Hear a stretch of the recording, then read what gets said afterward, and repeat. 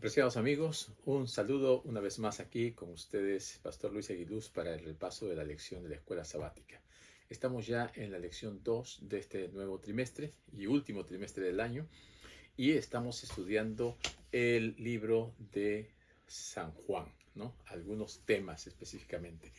Para esta segunda lección, el tema se centra en la divinidad de Jesús, algunos signos que nos muestran la divinidad de Jesús. ¿Y qué es lo que vamos a ver durante el desarrollo de la lección de esta semana? Algo muy importante. ¿Cómo demostró Jesús su divinidad? ¿Qué pensaban las personas de Jesús cuando se les preguntaba?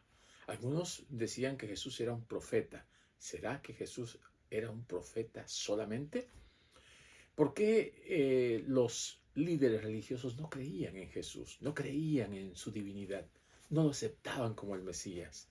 Vamos a ver durante esta semana, vamos a ir estudiando y vamos a ir comprendiendo cuál era la razón por la cual estos líderes religiosos no aceptaban a Jesús.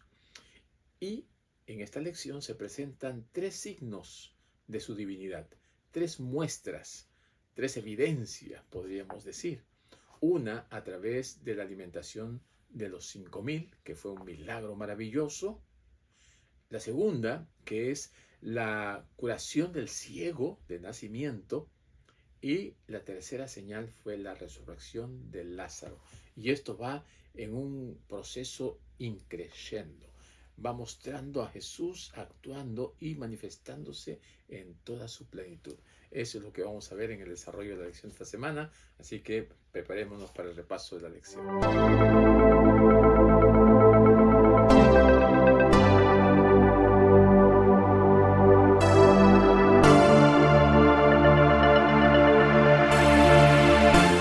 Queridos amigos, queremos agradecerles por su apoyo. Gracias a todos aquellos que se han suscrito y si todavía no lo has hecho, pues te animamos a que te suscribas, que compartas el video y también algunos nos mandan sus preguntas, algunas inquietudes que tienen. Estamos recibiendo con mucho cariño. Algunos nos mandan por el Facebook, algunos nos mandan también por mensajes. No hay ningún problema. Estamos para apoyarles y estamos orando por ustedes. Gracias también a nuestro hermano Ezequiel Peña. Él está también apoyándonos semana a semana, así que vamos a dejar un momento con él y volvemos. Jesús respondió: yo soy la resurrección y la vida. El que cree en mí, aunque muera, vivirá. Todo el que vive y cree en mí, no morirá para siempre. ¿Crees esto? Jesús respondió: yo soy la resurrección y la vida. El que cree en mí, aunque muera, vivirá. Todo el que vive y cree en mí, no morirá para siempre. ¿Crees esto?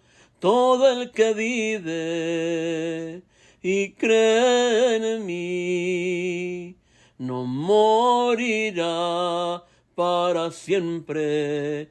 ¿Crees esto? ¿Crees esto? ¿Crees esto? Muy bien, mis amigos, estamos una vez más aquí para el repaso de la lección. Vamos a ir al versículo de memoria que se encuentra en el Evangelio según San Juan, los versículos 25 y 26. ¿Qué nos dice la palabra de Dios? Vamos a leer juntos aquí en San Juan 11, 25 y 26. Jesús les dijo: yo soy la resurrección y la vida. El que cree en mí, aunque esté muerto, vivirá. Y todo aquel que vive y cree en mí, no morirá eternamente. ¿Crees esto? Qué tremenda declaración de Jesús, ¿verdad? Jesús estaba mostrándose como el que da la vida. Jesús estaba manifestándose como el dador de la vida. El que cree en mí no morirá para siempre, no morirá eternamente. Estas evidencias de la divinidad de Jesús eran para responder a aquellos que dudaban de él. Muchos de los fariseos, muchos de los maestros de la ley tenían sus dudas, y así que con todas estas revelaciones y manifestaciones que estaba haciendo Jesús, era para que ellos captaran y entendieran que Jesús realmente era el Mesías, el Hijo de Dios. Pero ellos habían endurecido su corazón, ellos habían cerrado sus ojos, ellos habían tapado sus oídos, ya no querían reconocer a Jesús porque era dejar de lado todas sus tradiciones, todas sus enseñanzas, todo su estilo de vida, todo el sistema que habían creado dentro del templo y todas esas enseñanzas que venían de generación en generación se habían apartado del camino. Y ahora Jesús venía a decirles las cosas tal como eran y no querían aceptar. Habían endurecido su corazón. Por esta razón no querían reconocer a Jesús. Y nosotros también vemos que Moisés, ¿no?, había dicho ya, si nos vamos al libro de Deuteronomio, capítulo 18, versículo 15, dice Moisés: profeta de en medio de ti, de tus hermanos, como yo, te levantará Jehová tu Dios, a él oiréis. Ya Moisés había anunciado. Todos estos líderes creían, aceptaban a Moisés y no estaban escuchando lo que Moisés había dicho. Por eso que Jesús era considerado como profeta y debería ser aceptado como profeta. Dijo muchas enseñanzas proféticas y muchas verdades que estaban siendo corroboradas por la palabra de Dios. Pero ahora Jesús tenía todavía una revelación mayor. Él era el Hijo de Dios. Él era el Mesías. La gente no estaba apoyando. La gente estaba enceguecida por los líderes religiosos que tenía en aquel momento. Así que, ¿qué representa, ¿no?, este acontecimiento tan importante de la alimentación de estas 5,000 personas con lo pobre que aportó aquel niño, ¿no? Esos panes y esos peces que fueron multiplicados. Aquí Jesús estaba mostrándose como el sustentador. Aquí está reflejándose un sentimiento de amor por aquellos que estaban pasando este momento de hambre, ¿no?, físicamente. También esta alimentación de los 5,000 ocurre cerca de la Pascua, ¿no? Y aquí Juan enfatiza una y otra vez la Pascua, la Pascua. Entonces, al realizar Jesús este milagro, estaba proveyendo el pan, así como en el Antiguo Testamento él proveía el maná.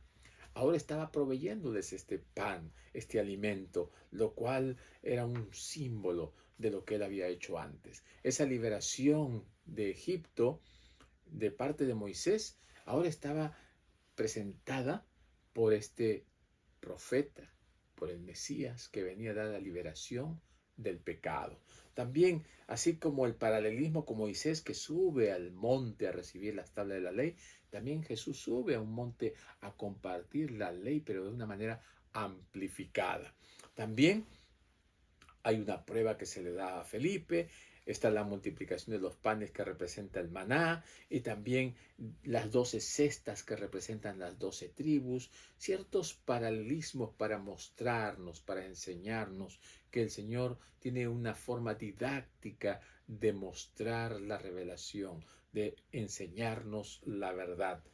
Y Juan muestra que Jesús, ¿no?, está haciendo estas señales y prodigios en su contexto para que nosotros podamos ver lo que en esa época no podían ver. ¿Por qué? Porque estaban ciegos, espiritualmente estaban ciegos.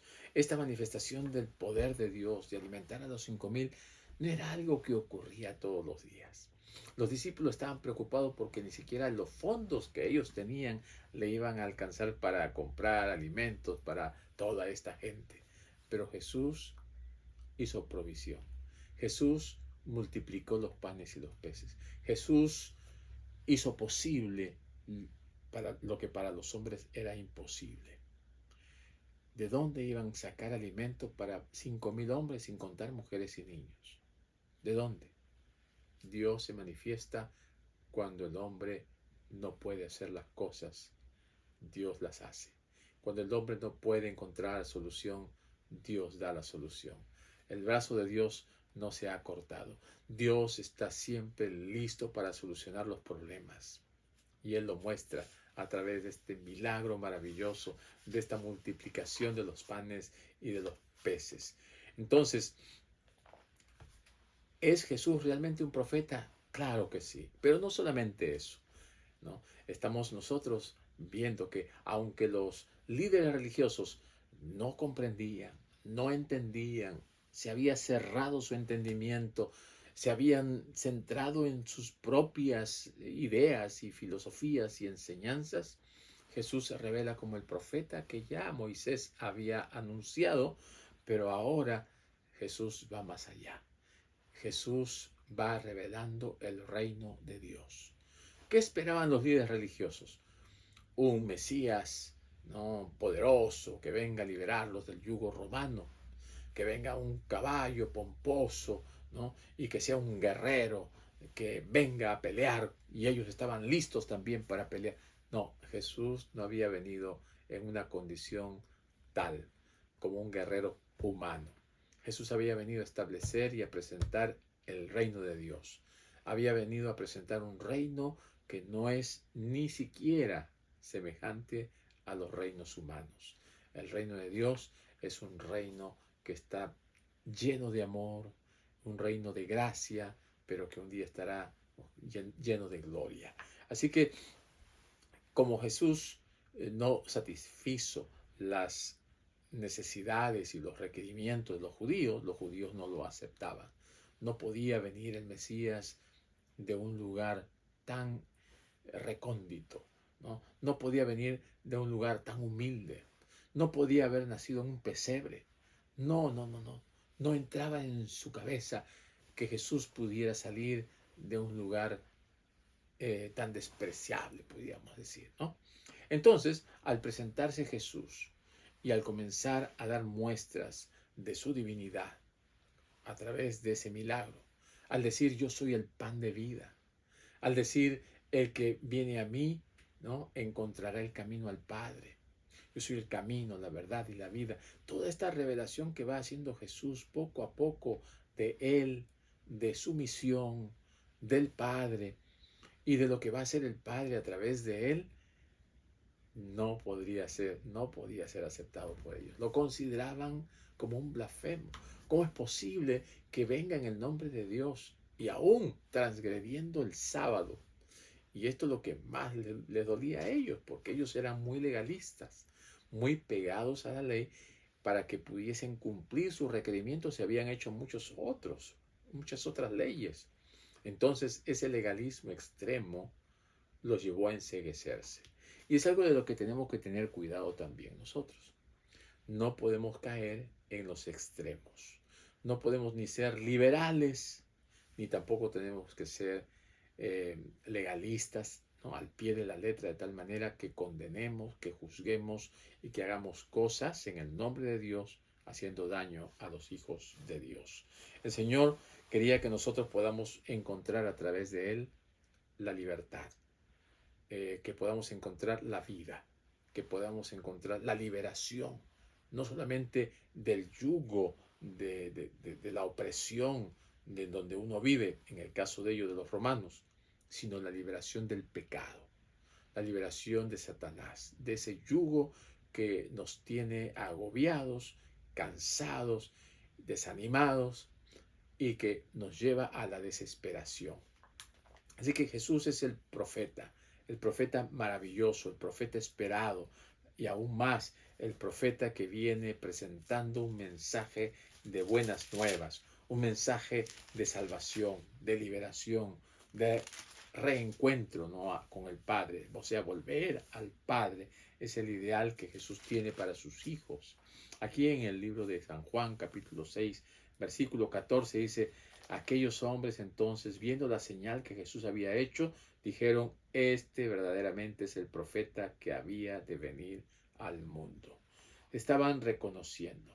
Pero entendiendo Jesús que iban a venir para apoderarse de él y hacerle rey, volvió a retirarse al monte él solo. Ellos estaban pensando en un mensajero que venía de Dios, pero querían hacerlo rey, para que los libere del yugo romano, para que pudiese cumplir sus expectativas. Pero este no era el plan de Dios. Dios tenía un plan mucho más elevado, mucho más alto que los planes humanos.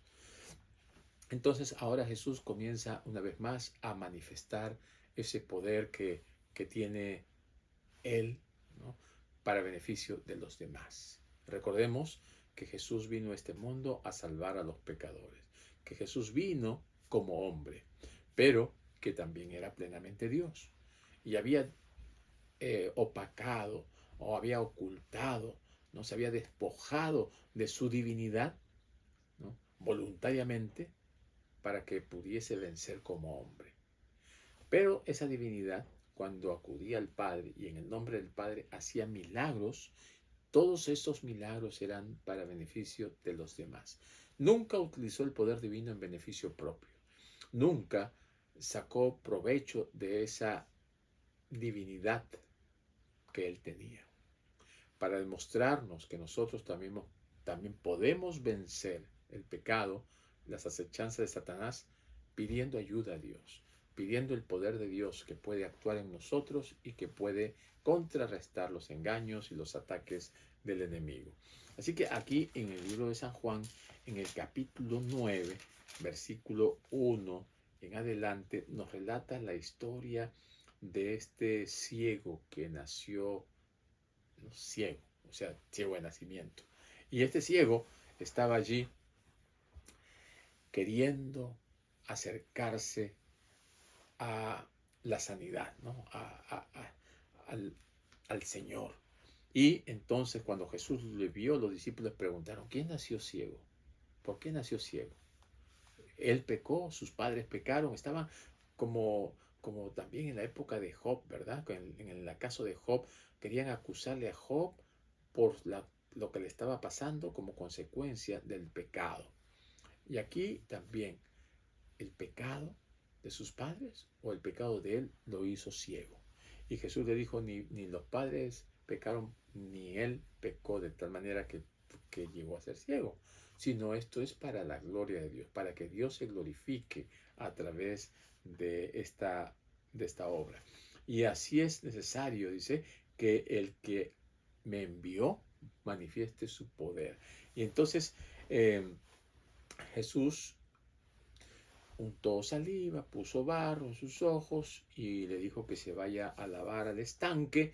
Y allí en el estanque de Siloé, él recobró la vista. No había visto quién lo sanó, pero muchos dijeron, ¿este no era el ciego de nacimiento? Y entonces fue él preguntado, ¿no?, ¿quién te sanó? No sé, pero el que me sanó me dijo, ve y lávate. Y entonces allí se encontró un día con Jesús en el templo y le dijo, ve y preséntate. Entonces él mencionó que Jesús lo había sanado. Mis queridos hermanos, el ciego lo reconoció como profeta, ¿no? Los judíos no querían aceptarlo. Fueron a llamar a los padres para ver si es que realmente era su hijo. Le preguntaron a los padres, y como los padres no querían tampoco tener problemas con los líderes, no querían ser expulsados del templo, le dijeron, mire, ya está grandecito, pregúntenle a él puede dar respuesta por sí mismo, ¿no? Y una vez fueron, una vez más le preguntaron, y él dijo, ahora sí, es Jesús, ¿no? Jesús. Mis queridos amigos y hermanos, muchas veces también pensamos nosotros que hay una relación causa-efecto entre lo que uno hace y el pecado, ¿no?, y las consecuencias del sufrimiento. Pero no, aquí Dios está actuando, glorificando su nombre, actuando de una manera milagrosa y poderosa. Dios no quiere que nosotros prejuzguemos, no condenemos a las personas por algo que está pasando como si fuese el resultado del pecado. No, no podemos hacer esto. Aquí nosotros vemos que Jesús está actuando con misericordia, está actuando con amor. Ya vimos la semana pasada de aquel paralítico que estuvo 38 años, ¿no?, tratando de sanarse, de acercarse al movimiento de las aguas. Aquí vemos el caso de un ciego de nacimiento. Nunca había visto la luz del día, nunca había visto la creación de Dios. Y ahora, por primera vez, podía ver la luz. Pero aquí también nosotros vemos un paralelismo con los fariseos, ¿verdad? Mientras que este ciego comenzaba a ver, los líderes religiosos, los fariseos, estaban creyendo que estaban en la luz, estaban ciegos, no estaban comprendiendo el camino de Jesús hacia la liberación de la esclavitud del pecado, de la liberación de las trampas de Satanás y también de las consecuencias que vienen de vivir en este mundo de pecado. El Señor un día nos va a quitar todas las amarras que nos atan a este mundo y que debemos liberados del pecado y de sus consecuencias y de la presencia del pecado. Así que no es que este hombre haya transgredido o no haya cometido algún pecado que le llevó a esto, sino para la gloria de Dios. Y también tenemos que recordar que cuando Dios, ¿no?, a través de Jesucristo dio la vista a los ciegos, y en este caso a este ciego de nacimiento, fue para glorificar su nombre, para mostrarse como el Hijo de Dios, para que los que estaban allí comprendieran que Él era el Jesucristo, el Mesías, el Salvador. Pero no, estaban endurecidos su corazón. Ellos estaban resistiéndose a la voz del Espíritu Santo. Por esto, los líderes religiosos no aceptaban a Jesús, porque no querían ceder, eran egoístas y estaban llenos su corazón de cosas perversas. Entonces, solamente cuando nosotros recibimos la iluminación del Señor y abre nuestros ojos, tanto físicos como espirituales, podemos ver su gloria. En nuestro caso, tal vez estaremos ciegos espirituales. Tenemos que pedirle al Señor que nos libere, que el Señor abra nuestra visión. Los fariseos pensaban que había pecado en Jesús por estar curando en sábado, ¿no? No es posible que éste venga de Dios transgrediendo los mandamientos de Dios. Jesús trató de aclararles que lo que él estaba haciendo no era más que liberar a este pobre hombre de esas garras de la enfermedad. Pero los fariseos no entendían, estaban volviéndose cada vez más ciegos. Los líderes religiosos, que deberían ser los guías espirituales de la nación, quienes debieron tener la evidencia de que Jesús realmente era el Mesías, el enviado, que se habían cumplido los tiempos, ellos más bien ahora estaban cerrando su corazón y su mente al entendimiento del cumplimiento profético, del momento en el que estaban viviendo, que era un momento crucial. Ahora estamos viviendo también en un tiempo muy especial, estamos acercándonos al fin del tiempo de este mundo. Y mis amigos, ¿estaremos entendiendo el tiempo en el que estamos viviendo? ¿Estaremos abriendo nuestro entendimiento, nuestros ojos? ¿Estamos pidiendo al Señor, el colirio, el Espíritu Santo para darnos cuenta de la realidad? ¿O estamos como adormecidos y no nos damos cuenta del tiempo en el que estamos viviendo? Es importante. Recordemos que este pobre ciego fue escogido por Dios para avergonzar a estos letrados, intelectuales, fariseos. Lo necio del mundo escogió Dios para avergonzar a los sabios. Esto es muy apreciado, ¿no? Muy apreciado por aquellos que buscan a Dios, pero es muy despreciado por aquellos soberbios que no quieren que un pobre hombre les muestre a ellos que están equivocados. Por esta razón, cuando este hombre le dijo, miren, yo no sé, lo único que sé es que él me sanó. Y de repente ustedes están preguntando mucho porque quieren ser también discípulos de él. y los hizo enojar. Y lo largaron al pobre ciego y le dijeron que iban a expulsarlos, ¿no? Iban a expulsarlo del templo. Todas estas cosas que se hacen con un afán de revancha, de venganza, de maltratar a las personas porque tienen poder, es despreciable ante los ojos de Dios. No deberíamos utilizar un puesto, no deberíamos utilizar el poder temporal que se nos ha dado para pisotear o para dañar a los demás. Para nada. Nosotros deberíamos ser más humildes, deberíamos ser siervos, deberíamos estar listos para atender las necesidades de los demás. Así que estamos viendo esa alimentación de los 5.000 como una muestra para que la gente vaya acercándose y comprendiendo ese poder maravilloso que Jesús estaba revelando. Luego, la sanidad de este ciego. Entonces dicen, bueno, pero ya hizo un milagro y ahora hace otro. ¿Quién es él? ¿De dónde viene? Vamos a investigar, vamos a descubrir, vamos a darnos cuenta, pues, de que no es cualquier cosa, ¿no? Pero tampoco. Entonces Jesús viene a realizar un tercer milagro, una tercera señal de su divinidad. Y esta tercera señal la realiza todavía con premeditación, ¿no? O sea, él calcula.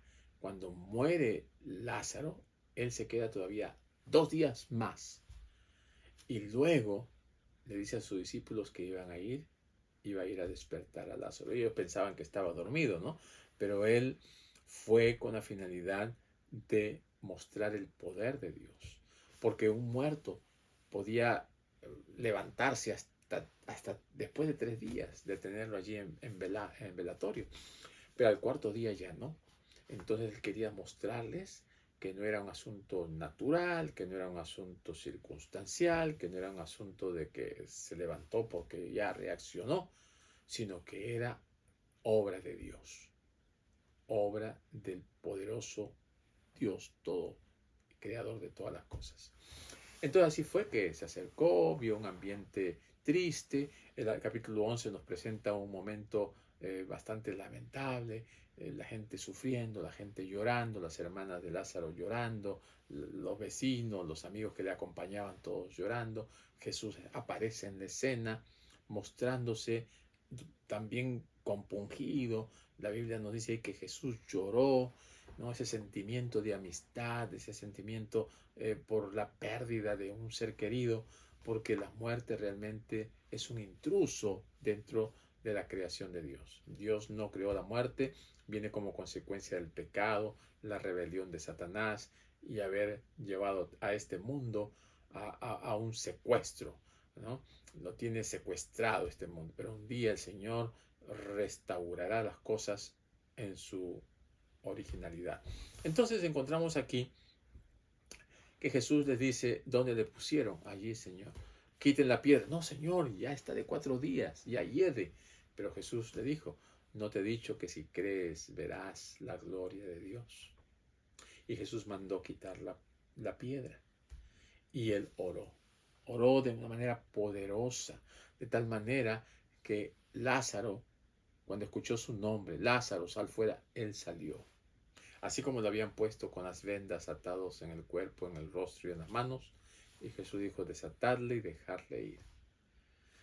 Qué tremendo momento, qué maravillosa experiencia. Jesús dando orden a un muerto, para que nosotros veamos que Jesús tiene poder. Él dijo, el que cree en mí, aunque esté muerto, vivirá. Y esta es una evidencia, ¿no? Más adelante nosotros vemos que Jesús se manifestó de una forma maravillosa en la transfiguración, donde apareció también allí Elías y Moisés. Y esto era para mostrar que realmente Él es Dios, que Él es el Hijo de Dios, que Él es el Mesías y que Él va a hacer todo lo posible para que la mayoría de gente se salve si es que aceptan a Jesús como su Salvador personal. Lázaro es una muestra, una señal maravillosa de lo que el Señor es capaz de hacer. Si nosotros tenemos nuestra confianza y nuestra esperanza puesta en Él, también si llegamos a la muerte, tenemos que ahora estar seguros de que un día resucitaremos. Ahora estar conscientes de que la muerte no tendrá poder, que Jesucristo venció la muerte y ese aguijón de la muerte un día terminará, dejará de existir para siempre. Y así como cristianos, como hijos de Dios, hemos aceptado la palabra del Señor, tenemos que reconocer que la palabra del Señor tiene poder. Jesús habló y así se hicieron las cosas. En el principio Él, por la palabra, creó el mundo y todas las cosas. Así también por la palabra le dio nuevamente vida a Lázaro. Jesús tiene poder, su palabra tiene poder. Y ahora cada uno de nosotros podemos también buscar al Señor. Él nos ha dejado su palabra, que es ese pan espiritual. Él nos ha dejado el Espíritu Santo, que nos da la vista, el colirio espiritual que nos quita la ceguera para que no estemos andando ni haciendo cosas que no agradan a Dios. Y Él también nos da vida nuevamente, nos resucita si es que hemos muerto espiritualmente, para que podamos caminar y podamos avanzar hacia el reino de Dios. El Señor está listo para ayudar a todo aquel que se acerca a Él confiadamente. El Señor quiere que nosotros estemos confiando en sus promesas, en su palabra. El Señor no quiere que nosotros dudemos de Él. Y aunque el enemigo ponga en nuestro camino, delante de nosotros, dudas, mis queridos hermanos, acudamos a la palabra de Dios. Alimentémonos de ese maná espiritual. La palabra de Dios es el pan de vida, es el alimento que nos nutre y nos fortalece. Busquemos el colirio para que podamos ver, para que podamos recibir la vista, para que no nos quedemos ciegos espiritualmente. Y confiemos para que el Señor actúe poderosamente en nosotros y seamos nacidos de nuevo, seamos hijos de Dios. Y de esta manera podamos compartir esas buenas nuevas con todos aquellos que están muertos espiritualmente. Dios nos pueda usar y que estas evidencias que Jesús mostró y que Pablo las resalta aquí en su evangelio, así como las recibimos, también las compartamos. Y no seamos como los fariseos, ¿no? Que ellos estaban con su corazón endurecido. Ellos no aceptaban la divinidad de Jesús porque tenían sus ojos vendados. Estaban ciegos por el legalismo. Jesús era más que un profeta. Cumplió lo que había predicho Moisés, pero aún tenía el rol de Mesías y Salvador.